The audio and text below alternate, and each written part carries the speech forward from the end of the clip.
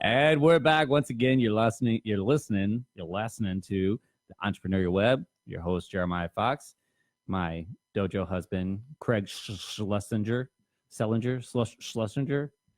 Again, we got to add a vowel to the end of that last name. Make you legit. Honey. If you're still listening, just wanted to give a shout out to Mauricio. What's up? John Altieri, how you doing? Kevin Mo. Kev Mo in the house. And who's your friend? Varuna and Jay from India. What up, Varuna and Jay from India? How's everybody? Hope you're still with us. So, you work for the... Sorry, my cord's tangled up here. You work for the Department of Ed. Yes. You were working with some companies. You were working with schools, mainly communication, speech pathology, working with a lot of kids with autism. Took a little break, did some traveling. And then at some point, you said you started to do some private. So you got a little taste of what it was like to do this on your own. What was the impetus for you just saying, I think I know. You work for the Department of Ed. You were like, oh, no, I'm kidding. What was your wife knows. Know, right? Definitely. Daddy knows. What really led you to say, okay, I'm going to take this chance because it's it's big. It's a lot going on there. Yeah, and I think what's also important is like being true to yourself and finding like.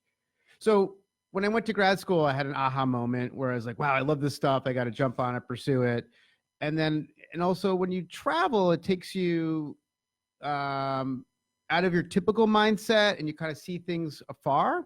So, and for whatever reason, I was about 30 years old when I hit up Southeast Asia, and I was like, I got to do something. I'm ready to do something that's more me, something that I'll like where my passion is, like, what do I want to do kind of for the rest of my life?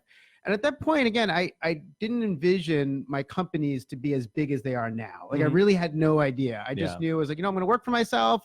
If I can hire a few people, that's great.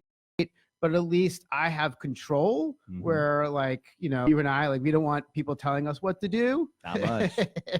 Not too much. And it's freedom. There's just you wake up every day and there's the offer of freedom. Yeah. What ends up happening is you trade a lot of freedom. Yes. And instead of being the boss of many, you become the subject of many. Yes. Because if you do it properly, you have to be accountable to each and every person that supports you, whether they're your employee, customer, B2B agencies, like whatever. It's a big time sacrifice. You might get to dictate your schedule, but yes. No, but you are sacrificing. It's like entrepreneurs, my guess, like I know you, I don't know like a ton of entrepreneurs.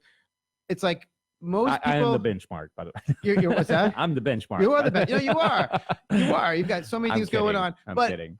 What I wonder is like, let's say most people that come home from work, they do their thing, they turn on Netflix. Like people, you and I, we're busting our asses, right? We don't have much Netflix time, right? Like once every 6 months. Yeah. Like after my surgery, I was like, oh, now I get to watch. This is what people are caught talking up about on the Peaky Blinders. This is what binge watch. I've heard people binge, but what is that? Yeah. No time for that. You don't have time for that, and it's a big sacrifice. And it's not for everybody. I don't want that anyways. I mean, we already didn't own a television for 10 years prior to me getting into. Okay, wow. Okay. It was already in our program, so it was pretty seamless for me. I think my family would probably enjoy it if I was home a little bit more. Sure, of course. But they also know if I was home a little bit more, I'd just be pissed and yelling at everybody because I'd be upset because I wasn't out hustling and stealing baseball cards. That's right.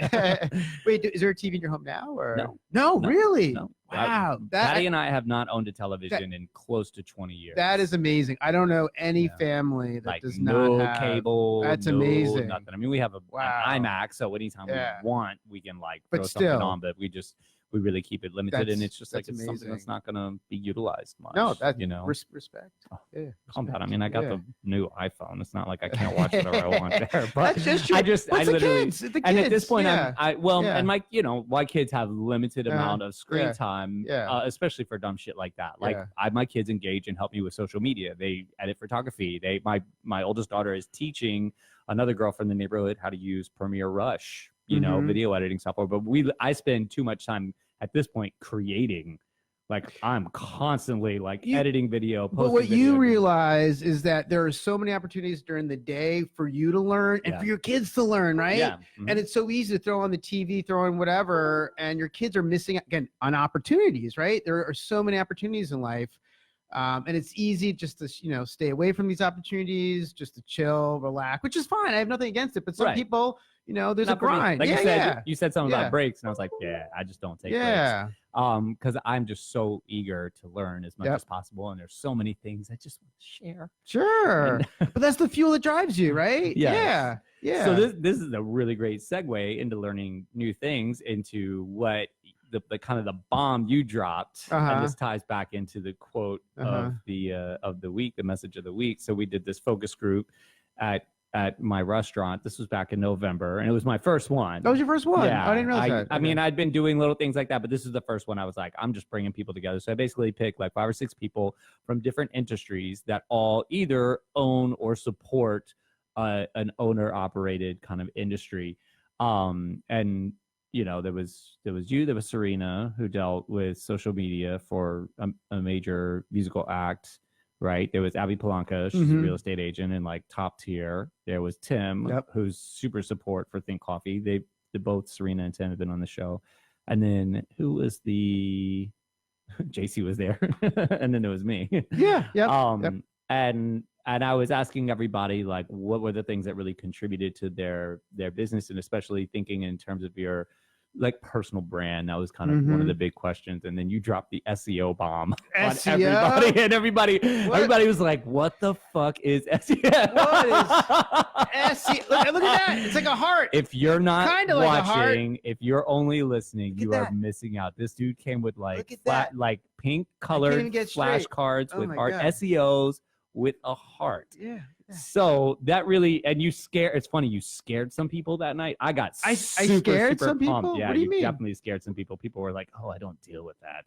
Oh no, I don't know about that, which comes back to the quote, you're not lazy, you just don't love what you do. And when you said that, we had to do all this stuff for Della, especially. Gary Vee said that, not me, by the way. Right. But what you said about SEOs and how important it was, and even though like my SEO, especially for like the website for Della, is fine. It's okay. I could definitely like rework a couple things. And since then, I've got a couple guys that are working on that. But it triggered into other areas where the same thing applies. And like I got totally pumped, and other people were like, oh, I don't do enough of that. Oh, I don't want to do that. I don't want to do that. And it's like, it's not that they're lazy. These are go-getters. They just don't love it. Of course. I like you and I like when I sent you the thing on SMOs, you were like, oh my God. We were so pumped about it. It was a text message, but man, the love was there. The love was strong. And like we stop on, I don't know how many times I've been late getting home in the morning because you and I we stop by. We're just talking about like SEOs and I gotta get my youngest at daycare. I'm like, we're talking about SEO and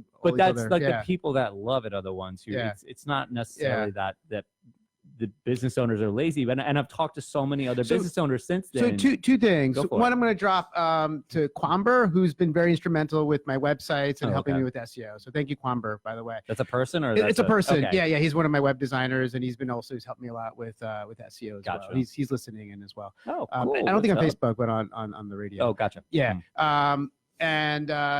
So something like when Kobe died, obviously, like everyone was hit pretty hard by that.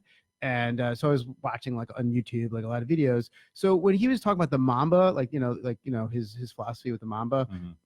So with him, with all the various skills he had to learn in basketball, even like the tedious like stuff that even like professional NBA players like find boring and wouldn't like, he would love it. He loved every element of it. And I'm not going to joke, like I don't love everything that I do. Right. But what I do is like you is that I make sure I try to learn it. Right.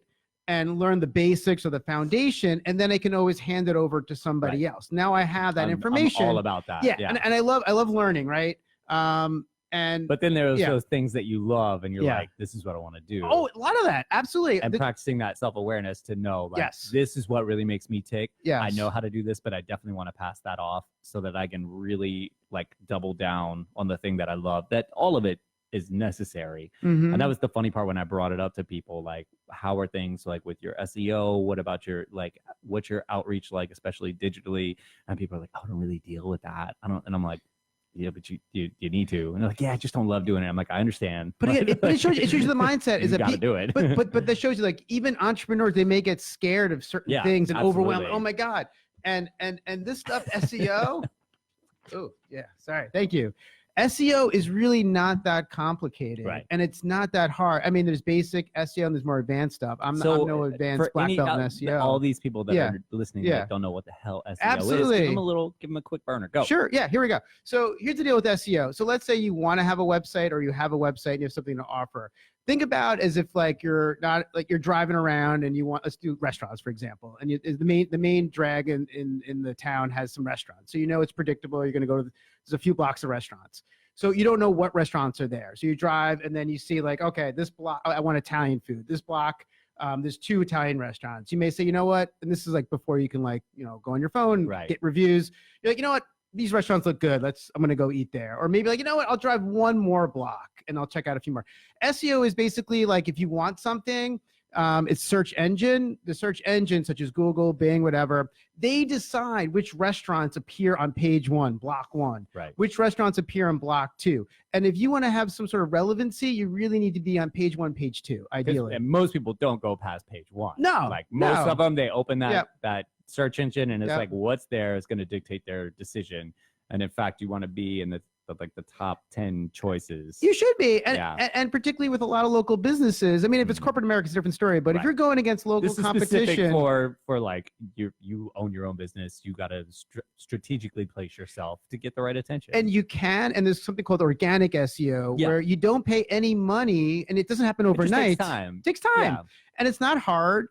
And you can be on page 1 or page 2 of a search engine just by doing a lot of basic principles. And I think, again, it's something that, like, in general, what the trends now in 2020 are very different than, like, when I started my first website in 2007. It was completely different. So right now, I mean, there's a lot of information about SEO, but just to boil it down, what's really important is content. Having high quality content where you're offering information for your reader where they can learn something. You're trying to engage them where they don't bounce. So whenever people land on your website, there's stats for everything. So Google will know if someone, it's like a store. It's like someone's peeking in and they don't want to come in. Google knows with your website. If they open the door and they want to, check out your store, they're there for a few minutes. Google knows that. And Google's like, oh, wow, you have a good store. Yeah. And Google takes that data, and Google, there's truth to what Google does is they want to find the best stores for what customers are asking for. Right. And social media operates much the same way. If you're on Facebook, you're on Instagram, Twitter, LinkedIn, it's about the interactions you have with people. If nobody's interacting with your content, if people just are not peeking or opening the door or, like, knocking or anything, you just don't get priority. But if you get engagement, if people are commenting, if people are, and not even liking, like is like the loose change as far as I'm concerned in terms of social media currency. If people are commenting, if people are sharing it, if people are saving the post or reposting it, those are big engagements. And it's the same with SEOs. It's a matter of what are the behavior patterns with it, and when people behave in a certain way that the algorithm finds positive. Absolutely makes a big difference. And that's going to happen. Yeah. And that costs you nothing. Yes. Costs you nothing. It's just about the love. SEO. All right. We're going to take one more short little love break. We'll be back in just a few. You listen to the Entrepreneurial Web.